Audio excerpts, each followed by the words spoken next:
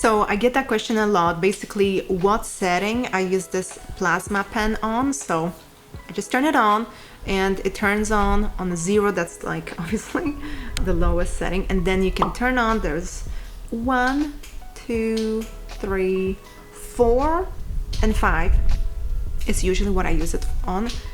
And then I double tap here to also turn on the light. You see here?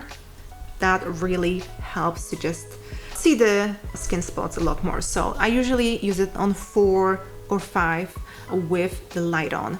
And again, if you're new to it, like, it's always good to first practice on like the lowest setting on the fruit. That really helped me just feel more comfortable and confident with this device. And I wouldn't use it on like the highest setting because it's better to just do this trick again instead of just overdoing it.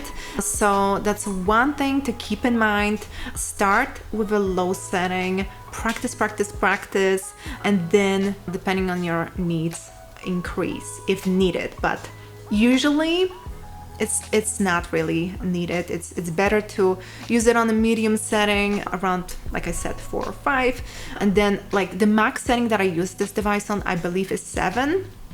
And I just used it like once or twice I did that. But I was very, very careful because you don't want to overdo it. If you just, be zapping your skin for way too long, like it's easier to just do like one quick zap, see how the skin looks. If needed, another zap, but don't just zap, because if you're not gonna see what your skin looks like, you may easily overdo it, and then you will have to heal your skin for longer.